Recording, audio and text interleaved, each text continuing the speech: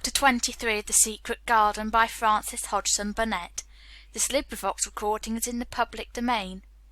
Chapter 23 Magic. Dr. Craven had been waiting some time at the house when they returned to it. He had indeed begun to wonder if it might not be wise to send someone out to explore the garden paths. When Colin was brought back to his room, the poor man looked him over seriously. "You should not have stayed out so long," he said. "You must not overexert yourself." "I'm not tired at all," said Colin. "It has made me well. Tomorrow I am going out in the morning as well as the afternoon." "I'm not sure that I can allow it," answered Dr. Craven. "I am afraid it would not be wise." "It would not be wise to try to stop me," said Colin quite seriously. "I'm going." Even Mary had found out that one of Colin's chief peculiarities was that he did not know in the least what a rude little brute he was with his way of ordering people about. He had lived on a sort of desert island all his life, and as he had been the king of it, he had made his own manners and had no one to compare himself with. Mary had indeed been rather like him herself, and since she had been at Misselthwaite and gradually discovered that her own manners had not been of the kind which is usual or popular. Having made this discovery, she naturally thought of it enough interest to communicate to Colin. So she sat and looked at him curiously for a few minutes after Dr. Craven had gone. She wanted to make him ask her why she was doing it, and of course she did. "What are you looking at me for?" he said. "I'm thinking I am rather sorry for Dr. Craven." "So am I," said Colin calmly, but not without an air of some satisfaction. "He won't get Misselthwaite at all now I'm not going to die." "I'm sorry for him because of that, of course," said Mary. "But I was thinking just then that it must have been very horrid to have had to be polite for 10 years to a boy who was always rude. I would never have done it." "Am I rude?" inquired Colin undisturbedly. "If you had been his own boy, and he had been a slapping sort of man," said Mary, "he would have slapped you." "But he daren't," said Colin. "No, he daren't," answered Mistress Mary, thinking the thing out quite with prejudice. "Nobody ever dared to do anything you didn't like, because you were going to die and things like that. You were such a poor thing." "But," Colin announced stubbornly, "I'm not going to be a poor thing. I won't let people think I'm one. I stood on my feet this afternoon." "It is always having your own way that has made you so queer," Mary went on, thinking aloud. Colin turned his head, frowning. "Am I queer?" he demanded. "Yes," answered Mary, "very. But you needn't be cross," she added impartially, "because so am I queer, and so is Ben Weatherstaff. But I'm not as queer as I was before I began to like people and before I found the garden." "I don't want to be queer," said Colin. "I'm not going to be," and he frowned again with determination. He was a very proud boy. He lay thinking for a while, and then Mary saw his beautiful smile begin and gradually change his whole face. "I shall stop being queer," he said, "if I go every day to the garden. There is magic in there, good magic, you know, Mary. I am sure there is." "So am I," said Mary. "Even if it isn't real magic," Colin said, "we can pretend it is. Something is there. Something." "It's magic," said Mary, "but not black. It's as white as snow." They always called it magic, and indeed it seemed like it in the months that followed. The wonderful months, the radiant months, the amazing ones. Oh, the things which happened in that garden! If you never had a garden, you cannot understand, and if you have had a garden, you will know that it would take a whole book to describe all that came to pass there. At least it seemed that green things would never cease pushing their way through the earth, in the grass, in the beds, even in the crevices of the walls. Then the green things began to show buds, and the buds began to unfurl and show colour, every shade of blue, every shade of purple, every tint and hue of crimson. In its happy days flowers had been tucked away into every inch and hole and corner. Ben Weatherstaff had seen it done, and had himself scraped out mortar from between the bricks of the wall, and made pockets of earth for lovely clinging things to grow on. Irises and white lilies rose out of the grass in sheaves, and the green alcoves filled themselves with amazing armies of the blue and white flower lances of tall delphiniums or columbines or campanulas. "She was main fond of them, she was," Ben Weatherstaff said. "She liked them things as was allus pointing up the blue sky, she used to tell. Not as she was one of 'em as looked down on the earth, not her. She just loved it, but she said as the blue sky always looked so joyful." The seeds Dickon and Mary had planted grew as if fairies had tended them. Satiny poppies of all tints danced in the breeze by the score, gaily defying flowers which had lived in the garden for years, and which it might be confessed seemed rather to wonder how such new people had got there.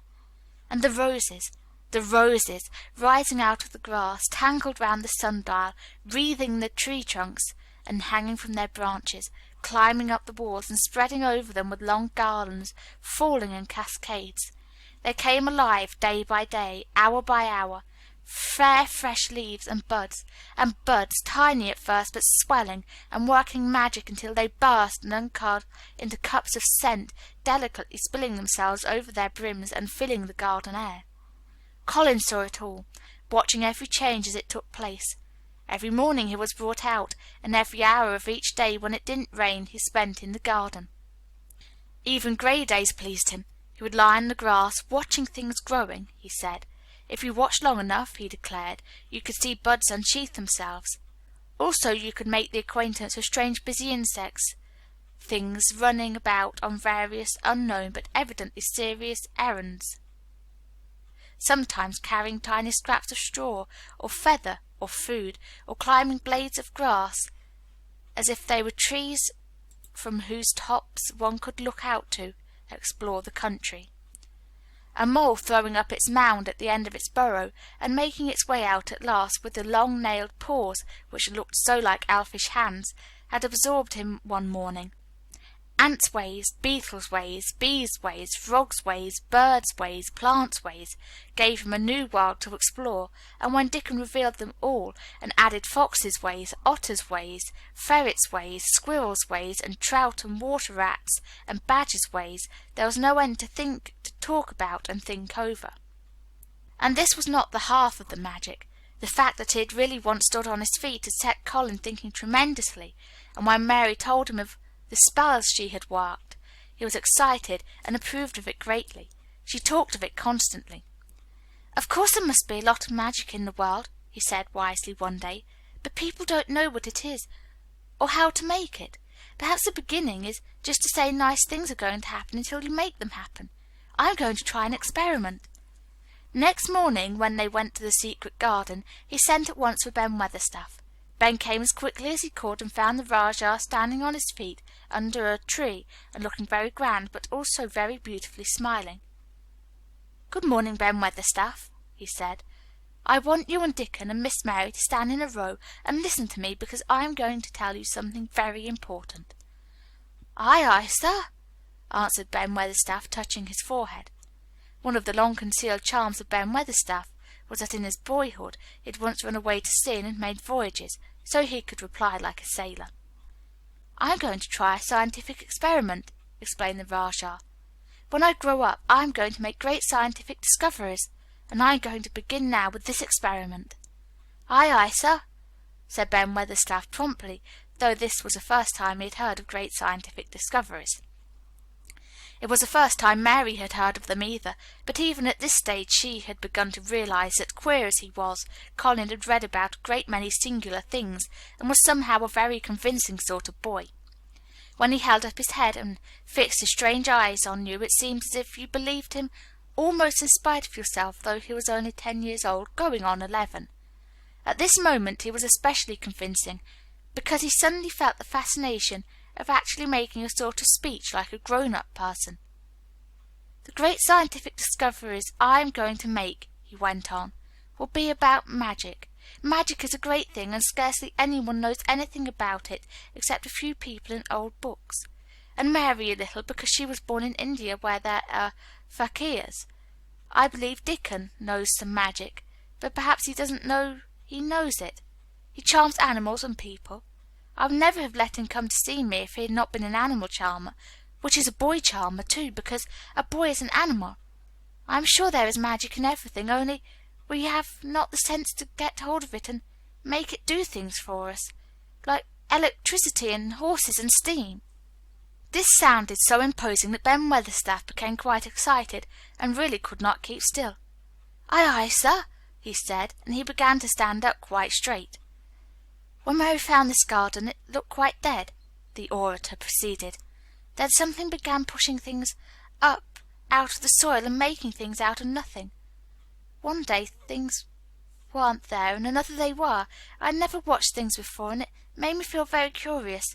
Scientific people are always curious, and I am going to be scientific. I keep saying to myself, 'What is it? What is it? It's something. It can't be nothing.' I don't know its name, so I call it magic. I've never seen the sun rise, but Mary and Dickon have, and from what they tell me I am sure that is magic too. Something pushes it up and draws it. Sometimes since I've been in the garden I've looked up through the trees at the sky, and I have had a strange feeling of being happy, as if something were pushing and drawing in my chest and making me breathe fast. Magic is always pushing and drawing and making things out of nothing. Everything is made out of magic, leaves and trees, flowers and birds, badgers and foxes and squirrels and people. So it must be around us, in this garden, in all the places. The magic this garden has made me stand up, and now I am going to live to be a man. I am going to make the scientific experiment of trying to get some and put it in myself and make it push and draw me and make me strong. I don't know how to do it, but I think if you keep thinking about it and calling it, perhaps it will come. Perhaps that is the first baby way to get it. When I was going to try to stand that first time, Mary kept saying to herself as fast as she could, 'You can do it, you can do it,' and I did. I had to try myself at the same time, of course, but her magic helped me, and so did Dickens. Every morning and evening, and as often in the daytime as I can remember, I am going to say, 'Magic is in me. Magic is making me well. I am going to be as strong as Dickon, as strong as Dickon.' And you must all do it too. That is my experiment. Will you help, Ben Weatherstaff?" "Aye, aye, sir," said Ben Weatherstaff. "Aye, aye. If you keep doing it every day as regularly as soldiers go through drill, we shall see what will happen and find out if the experiment succeeds. You learn things by saying them over and over and thinking about them until they stay in your mind forever, and I think it will be the same with magic. If you keep calling it to come to you and help you, it will get to be part of you, and it will say and do things. I once heard an officer in India tell my mother that there were fakirs who said words over and over thousands of times," said Mary. "I've heard Jem Fettleworth's wife say the same thing over thousands of times, calling Jem a drunken brute," said Ben Weatherstaff dryly. "Summat always come o' that, sure enough. He gave her a good hiding and went to the Blue Lion and got as drunk as a lord." Colin drew his brows together and thought a few minutes. Then he cheered up. "Well," he said, "you see something did come of it. She used the wrong magic until she made him beat her. If she'd used the right magic and had said something nice, perhaps he wouldn't have got as drunk as a lord, and perhaps he might have brought her a new bonnet." Ben Weatherstaff chuckled, and there was shrewd admiration in his little old eyes. "Thou'rt a clever lad as well as a straight-legged one, Mester Colin," he said. "Next time I see Bess Fettleworth I'll give her a bit of a hint of what magic will do for her. She'd be rare and pleased if the scientific experiment worked, and so would Jem." Dickon had stood listening to the lecture, his round eyes shining with curious delight. Nut and Shell were on his shoulders, and he held a long-eared white rabbit in his arm, and stroked it softly while it laid its ears along its back and enjoyed itself. "Do you think the experiment will work?" Colin asked him, wondering what he was thinking. He so often wondered what Dickon was thinking when he saw him looking at him or at one of his creatures with his happy, wide smile. He smiled now, and his smile was wider than usual. "Aye," he answered, "that I do. It'll work the same as the seeds do when the sun shines on 'em. It'll work for sure. Shall us begin it now?" Colin was delighted, and so was Mary. Fired by recollections of fakirs and devotees in illustrations, Colin suggested that they should all sit cross-legged under the tree which made a canopy. "It will be like sitting in a sort of temple," said Colin. "I'm rather tired, and I want to sit down." Said Dickon, "thou mustn't begin by saying thou'rt tired. Thou might spoil the magic." Colin turned and looked at him into his innocent round eyes. "That's true," he said slowly. "I must only think of the magic." It all seemed most majestic and mysterious when they sat down in their circle. Ben Weatherstaff felt as if he had somehow been led into appearing at a prayer meeting. Ordinarily he was very fixed in being what he called agin prayers meetings, but this being the Rajah's affair, he did not resent it, and was indeed inclined to be gratified at being called upon to assist. Mistress Mary felt solemnly enraptured. Dickon held his rabbit in his arms, and perhaps he made some charmless signal no one heard, for when he sat down cross-legged like the rest, the crow, the fox, the squirrels, and the lamb slowly drew near and part made the circle, setting each into a place of rest as if of their own desire. "The creatures have come," said Colin gravely. "They want to help us." Colin really looked quite beautiful, Mary thought. He held his head high, as if he felt like a sort of priest, and his strange eyes had a wonderful look in them. The light shone on him through the tree canopy. "Now we will begin," he said. "Shall we sway backward and forward, Mary, as if we were dervishes?" "I cannot do no swaying backward and forward," said Ben Weatherstaff. "I've got the rheumatics." "The magic will take them away," said Colin in a high priest tone. "But we won't sway until it has done it. We can only chant." "I cannot do no chanting," said Ben Weatherstaff a trifle testily.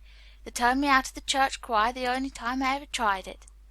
No one smiled. They were all too much in earnest. Colin's face was not even crossed by a shadow. He was thinking only of the magic. "Then I will chant," he said, and he began looking like a strange boy spirit. "The sun is shining. The sun is shining. That is magic. The flowers are growing. The roots are stirring. That is the magic. Being alive is the magic. Being strong is in the magic. The magic is in me. The magic is in me. It is in me. It is in me. It is in every one of us. It is in Ben Weatherstaff's back. Magic! Magic! Come and help!" He said it a great many times, not 1,000 times, but quite a goodly number. Mary listened entranced. She felt as if it were at once queer and beautiful, and she wanted him to go on and on. Ben Weatherstaff began to feel soothed into a sort of dream which was quite agreeable. The humming of the bees in the blossoms mingled with the chanting voice, and drowsily melted into a doze. Dickon sat cross-legged with his rabbit asleep on his arm, and a hand resting on the lamb's back. Soot had pushed away a squirrel and huddled close to him at his shoulder. The grey film dropped over his eyes. At last Colin stopped. "Now I am going to walk around the garden," he announced. Ben Weatherstaff's head had just dropped forward, and he lifted it with a jerk. "You have been asleep," said Colin. "No to the sort," mumbled Ben. "The sermon was good enough, but I'm bound to get out for the collection." He was not quite awake yet. "You're not in church," said Colin. "Not me," said Ben, straightening himself. "Who said I were? I had every bit of it. You said the magic was in my back. The doctor calls it rheumatics." The Rajah waved his hand. "That was the wrong magic," he said. "You will get better. You have my permission to go to your work. But come back tomorrow." "I'd like to see thee walk around the garden," grunted Ben. It was not an unfriendly grunt, but it was a grunt, in fact. Being a stubborn old party, and not having entire faith in magic, he had made up his mind that if he were sent away he would climb his ladder and look over the wall to see that he might be ready to hobble back if there were any stumbling. The Rajah did not object to his staying, and so the procession was formed. It really did look like a procession. Colin was at its head, with Dickon on one side and Mary on the other. Ben Weatherstaff walked behind, and the creatures tailed after them. The lamb and the fox cub kept close to Dickon, the white rabbit hopping along or stopping to nibble, and Soot following with the solemnity of a person who felt himself in charge. It was a procession which moved slowly, but with dignity. Every few yards it stopped to rest. Colin leaned on Dickon's arm, and privately Ben Weatherstaff kept a sharp lookout. But now and then Colin took his hand from its support and walked a few steps alone. His head was held up all the time, and he looked very grand.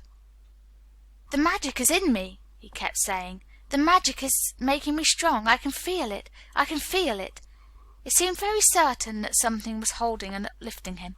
He sat on the seats in the alcoves, and once or twice he sat down on the grass, and several times he paused in the path and leaned on Dickon, but he would not give up until he had gone all round the garden. When he returned to the canopy tree, his cheeks were flushed and he looked triumphant. "I did it! The magic worked!" he cried. "That is my first scientific discovery." "What will Dr. Craven say?" broke out Mary. "He won't say anything," Colin answered, "because he will not be told. This is the biggest secret of all. No one is to know anything about it until I have grown so strong that I can walk and run like another boy. I shall come back here every day in my chair, and I shall be taken back in it. I won't have people whispering and asking questions, and I won't let my father hear about it until the experiment has quite succeeded. Then sometime when he comes back to Misselthwaite, I shall just walk into his study and say, 'Here I am. I am like any other boy. I am quite well, and I shall live to be a man. It has been done by a scientific experiment.'" "He will think he is in a dream," cried Mary. "He won't believe his eyes." Colin flushed triumphantly. He had made himself believe that he was going to get well, which was really more than half the bottle, if he had been aware of it. And the thought which stimulated him more than any other was this imagining what his father would look like when he saw that he had a son who could walk as straight and strong as other fathers' sons. One of his darkest miseries in unhealthy, morbid past days has been his hatred of being a sickly, weak-backed boy whose father was afraid to look at him. "He'll be obliged to believe them," he said. "One of the things I am going to do after the magic works, and before I begin to make scientific discoveries, is to be an athlete." "We shall have thee taken to boxing in a week or so," said Ben Weatherstaff. "That'll end with winning the belt and being champion prize fighter of all England." Colin fixed his eyes on him sternly. "Weatherstaff," he said, "that is disrespectful. You must not take liberties because you are in the secret. However much the magic works, I shall not be a prize fighter. I shall be a scientific discoverer." Pardon, sir," answered Ben, touching his forehead in salute. "I ought to have seed it wasn't a joking matter." But his eyes twinkled, and secretly he was immensely pleased. He really did not mind being snubbed, since the snubbing meant that the lad was gaining strength and spirit. End of chapter 23. Recording by Ashley Jane.